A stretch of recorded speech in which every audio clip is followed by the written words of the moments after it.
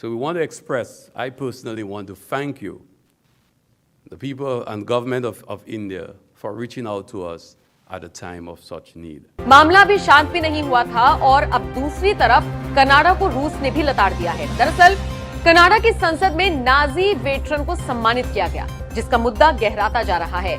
अब human rights की बड़ी बड़ी बातें करने वाले कनाडा को जब पता लगा कि उसने यहूदियों के हत्यारे को सम्मानित किया है, तो कनाडा को सर झुकाकर दुनिया के सामने माफी मांगनी पड़ी। And before we knew it, India was able to respond. Rights Council of Canada has written to Prime Minister Justin Trudeau asking why no action against Pakistan when it comes to Karima Baloch's murder. तौर पे international level पे जो बात की जा रही है, Japan ने जो क्वाड मीटिंग में बड़ी स्टेटमेंट दिया इंडिया को लेके, इसके अलावा इंडिया के फॉरेन मिनिस्टर डॉक्टर जयशंकर ने जो क्वाड मीटिंग में एक्सपोज किया है, जिस तरीके से उन्होंने ओपनली स्टेटमेंट दिया कनाडा को लेकर। और prime minister Narendra Modi as a strong leader दुनिया के सामने आ रहे हैं और कनाडा जो है वीक पड़ता दिखाई दे रहा है, और इसके साथ साथ कनाडा का नाम दहशतगर्दी तंजीमों को सपोर्ट करने के साथ जोड़ा जा रहा है, वही जैसे पाकिस्तान का जोड़ा जाता है। एक और फैक्ट जो सामने आया वो ये है कि कनाडा की सरकार के पास कोई एविडेंस है ही। इंडिया की जो आवाज़ है पूरी दुनिया में इस वक्त क्यों सुनी जा रही है, उसकी सबसे मेन वजह यही है कि इंडिया ने अपनी ग्रास रूट लेवल पे काम किया है। उधर जमहूरियत है, स्ट्रॉन्ग जमहूरियत है, इकोनॉमिक पॉलिसीज़ उनकी अच्छी हैं, जिसकी वजह से पूरी दुनिया में आज उनका नाम लिया जा रहा है कि अरे भाई जितना तेल ये सऊदी अरब अकेला बेचता है पूरी दुनिया को, उससे ज़्यादा तो मैं सॉफ्टवेयर पूरी दुनिया को बेच देता हूँ। किधर बैठे हुए हो तुम लोग। नमस्ते दोस्तों, जय हिंद। हिंदुस्तान स्पेशल में आपका स्वागत है दोस्तों। Canadian prime minister Justin Trudeau के फैसले उन पर भारी पड़ते हुए नजर आ रहे हैं। कनाडा की संसद में जिस तरह से एक नाजी वेटरन को सम्मानित किया गया, उसके बाद ट्रूडो को अंतर्राष्ट्रीय स्तर पर शर्मिंदगी झेलनी पड़ रही है। अब रूस ने कनाडा के पूर्व नाजी सैनिक को सम्मानित करने पर फटकारा है, जबकि इससे पहले संयुक्त राष्ट्र महासभा में भारत के विदेश मंत्री एस जयशंकर ने भी कनाडा को जमकर सुनाई थी। जयशंकर ने कहा था कि कनाडा आतंकियों की सुरक्षित पनाहगाह बन गया है। इस तरह से रूस का कहना है कि कनाडा नाजियों की जन्नत बन चुका है। कनाडा के हाउस ऑफ कॉमन्स के अध्यक्ष एंथनी रोटा ने 98 इयर्स के यारोस्लाव हंका को वॉर हीरो करार दिया। उन्होंने बाद में माफी मांग ली थी, लेकिन रूस अब कनाडा के इस कदम से नाराज हो चुका है। ओटावा में रूस के राजदूत स्टेपनोव ने कहा है कि कनाडा को इसके लिए सफाई देनी होगी। उन्होंने इसके साथ ही कनाडा के विदेश मंत्रालय और प्राइम मिनिस्टर ऑफिस से जवाब मांगा है। India itself, as a developing country, extends the hand of friendship to us is something that we are eternally grateful for. The fact that you are able to share with us, in spite of your own challenges, having to pull out millions, hundreds of millions of people out of poverty, but yet you have taken the opportunity to reach out to us. And I think the lesson that moves me the most is the COVID-19 pandemic. I had the opportunity to sit in a very important capital of the world, I will not call names, where I remember struggling with seeing how we could get immediate, urgent response by having access to vaccines. Because we've always felt that our small states, depending so much on tourism, that in order to get out of the pandemic, we needed to ensure that we protect our people.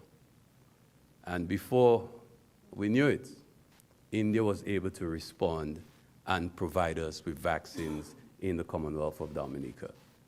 And we were able to extend it further to other member states in the Caribbean and the rest of the world.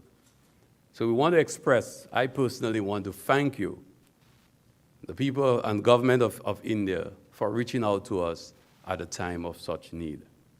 एक और fact जो सामने आया वो ये है कि Canada की सरकार के पास कोई एविडेंस है ही।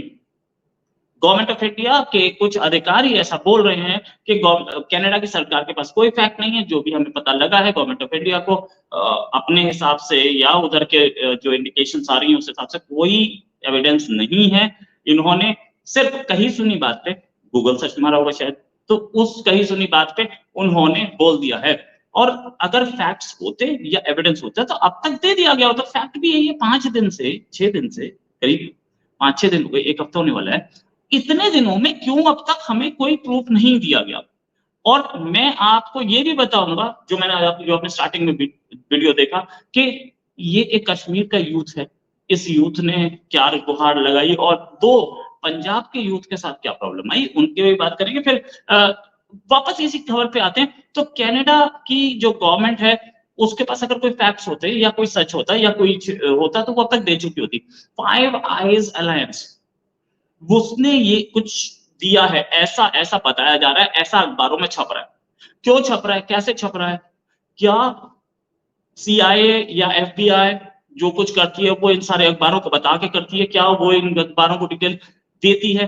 तो ऐसी खबरें क्यों आ रही हैं कि ये फाइव आइज अलायंस ने दिया या अमेरिका ने कोई ऑडियो कॉल रिकॉर्डिंग दी, ऐसी खबरें क्यों आ रही हैं?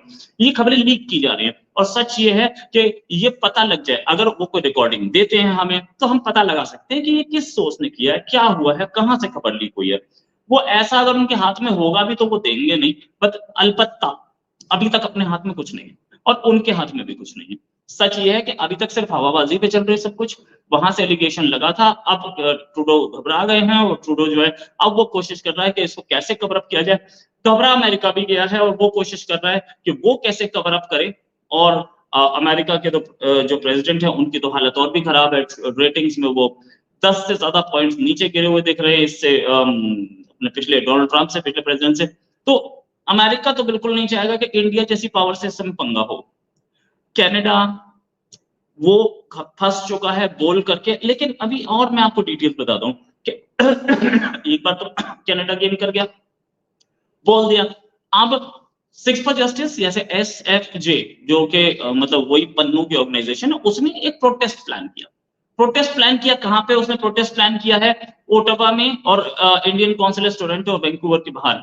अब वहां पर कैनेडियन गवर्नमेंट ने सिक्योरिटी बढ़ा दी कि वायलेंट प्रोटेस्ट, उन्होंने बोला है वायलेंट प्रोटेस्ट हम करेंगे और कैनेडियन गवर्नमेंट इसकी परमिशन भी दे चुकी है। वायलेंट प्रोटेस्ट की परमिशन कैसे आती है देख लेना, पता नहीं बेवकूफ यूजलेस गवर्नमेंट है कनाडा की। अच्छा, कनाडा के जो प्राइम मिनिस्टर है वो एक लैंग्वेज बोलते हैं और डिफेंस मिनिस्टर दूसरी लैंग्वेज बोलते हैं।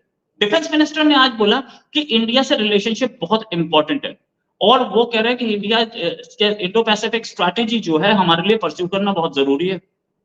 तो अपने प्राइम मिनिस्टर को कुछ समझा लो, आपके प्राइम मिनिस्टर की आप झूठे इल्जाम लगाते घूम रहे हैं। डिफेंस मिनिस्टर एक लैंग्वेज बोल रहा है, प्राइम मिनिस्टर एक लैंग्वेज बोल रहा है, सरकार में दो फाड़ क्लियर दिख रहे हैं। उसके साथ साथ गवर्नमेंट के जो अदर दूसरे ऑर्गेनाइजेशंस हैं, गवर्नमेंट के दूसरे मिनिस्टर्स हैं, गवर्नमेंट के दूसरे जो जैसे बोलते हैं महकमे हैं, हाथ है, आर्म्स ऑफ द गवर्नमेंट, वो भी ट्रूडो के साथ नहीं है। ट्रूडो के दिन गिने चुने रह गए, ये बात पक्का है। वो कवर अप करने की कोशिश कर रहे हैं अब जो वो कर गए, लेकिन ट्रूडो बेचारा फंस तो गया, उसे पता है कि इलेक्शन गया। अच्छा, ट्रूडो ने दुश्मनी सिर्फ एक इंडिया से नहीं लिए, अब दो कंट्रीज से और ले लिए। एक कनाडा से ले लिए, सॉरी एक रशिया से ले लिए, जिसने बोला कि Canada is safe haven for Nazis.